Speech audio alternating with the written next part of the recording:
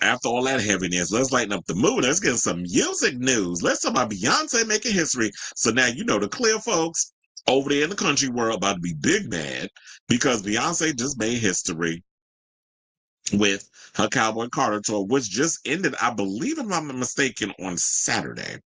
So Beyonce Knowles Carter, or I should say Beyonce Giselle Knowles Carter, concluded her groundbreaking Cowboy Carter tour in Vegas, Las Vegas, making history with the highest grossing country tour as she surpasses $400 million in earnings.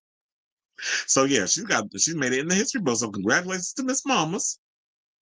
The Grammy-winning singer took her final bow on her Cowboy Carter and the Rodeo Chitlin Circuit tour at Allegiant Stadium in Vegas on July 26. She ended her run with a bang, bringing out Destiny's Child, Jay-Z, and Shaboozey for surprise performances. The concert signaled I wish we would have brought out Tanner Adele. They said the concert signaled the end of her Cowboy Carter era.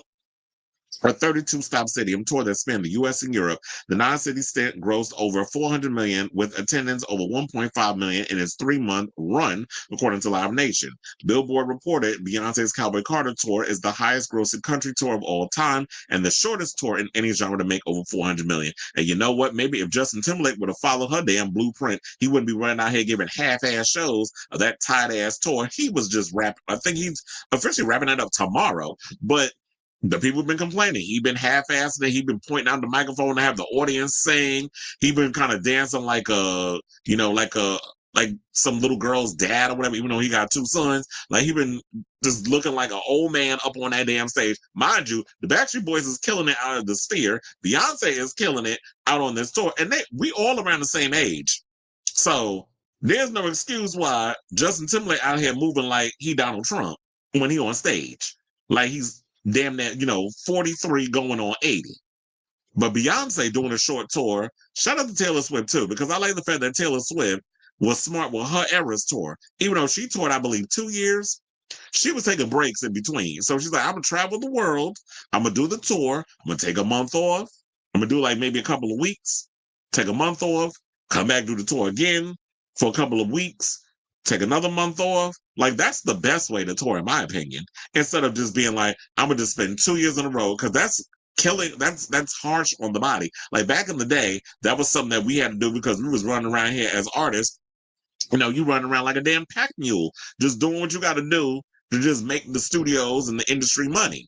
But the older you get, you got to be able to pace yourself a whole lot better. And the fact that Beyonce was doing multiple dates at stadiums, which I think was, some people thought it was a bad idea. I remember in the beginning it was a little rocky, but nevertheless, she recouped a lot of that money. The people were showing up. I'm trying to remember. I think like it was divided, but I feel like people liked the Cowboy Carter tour more than they like Renaissance. If I remember correctly, even though she did take pieces of Renaissance and put it in the Cowboy Carter tour. Now they said that the 9-city stint grossed over $400 million with attendance of over $1.5 million in its 3-month run, according to Live Nation. Billboard reported Beyonce's Cowboy Carter tour is the highest grossing country tour of all time and the shortest tour by any genre to make over $400 million.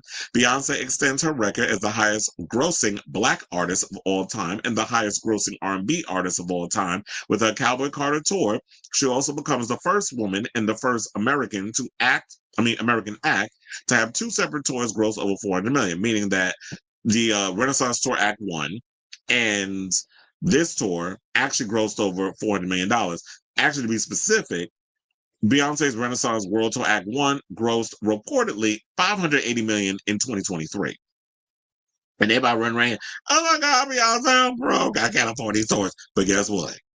People was showing up. People was paying the coins. People was happy, even though if they had restricted, view, people was going because they just wanted to be in the room and say that they were there. And y'all made Beyonce in this short amount of time money, which basically goes to show her that I could just do a 3-month tour, pick a couple of places, do multiple nights at stadiums, and make a crap ton of money.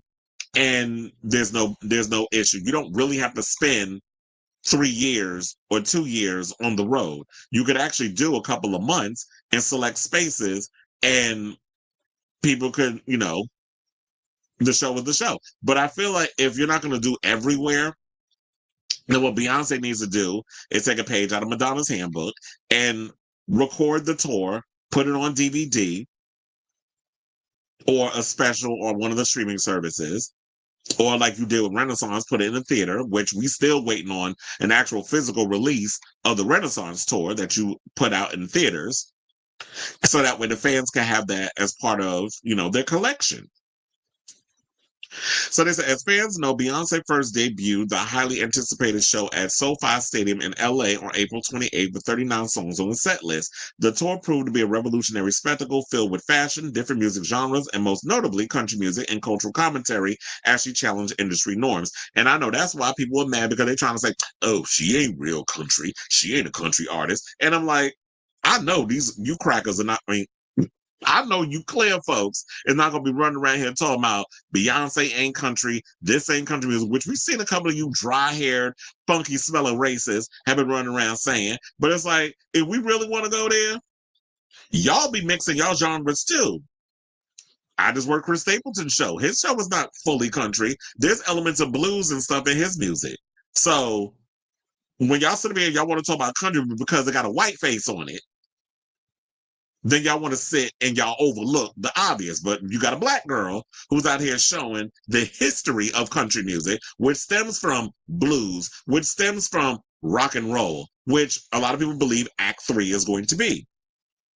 And I'm hoping that Act 3 is going to be a rock album, or maybe another Destiny's Child album, and we finally get ourselves a Destiny's Child reunion tour, which I talked about yesterday. I'm like, look, that is definitely a tour I definitely will be spending money to go on, because we need to see DC on our stages yet again, as she teased bringing them out on the final act of, or the final night of the Cowboy Carter tour. So, and then you already know that she's got everybody spooked and nervous, especially in the industry, because if Beyonce didn't have y'all shook by how influential she has been in regards of infiltrating the country music space, that y'all don't want to sit and say her music ain't country, which she did say this ain't a country, it's a Beyonce record. Then why are we creating different categories at the Grammys? Y'all did that with the Renaissance because she wanted to break my soul in the dance music space, because y'all want to sit up here and colonize dance music, which we already know dance music comes from the, people of color, black folks, and the homosexuals. But y'all want to sit up here and try to act like white people made it. Remember, y'all started that whole disco sucks thing. So y'all can't sit up here and try to claim dance music when y'all was out there doing, steamrolling over vinyl records of disco music, because y'all had a problem with the gays, or not even just the gays, but the fact that everybody, because this is before my time, but I do watch a lot of history stuff. I would, sometimes I do wish that I was around during the disco era, but I feel like if I was, I would not be on this earth. I'd probably be one of the members that, one of the AIDS Holocaust casualties, with me being, with me out there whoring and all that other stuff during that era.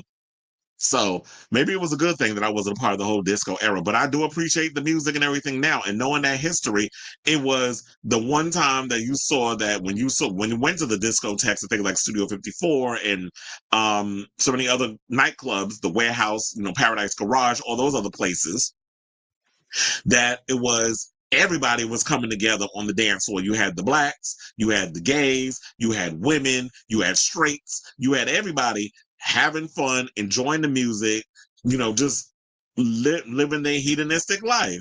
Then you had the haters with, who lack in the rhythm department, who got mad and started that whole disco sucks movement. So now we have this all going. So y'all had to go, y'all out here creating category because y'all mad that Beyonce wanted to break my soul. But it was a dance song, so why not? And now we have this thing with country. Y'all always trying to define and redefine and change up things because y'all get mad whenever black people get the sense, the power, and the wherewithal to infiltrate spaces that y'all have colonized for too damn long. But I hope at this point, Beyonce is realizing that, you know what, I don't need y'all stinking awards and I don't need those other stuff.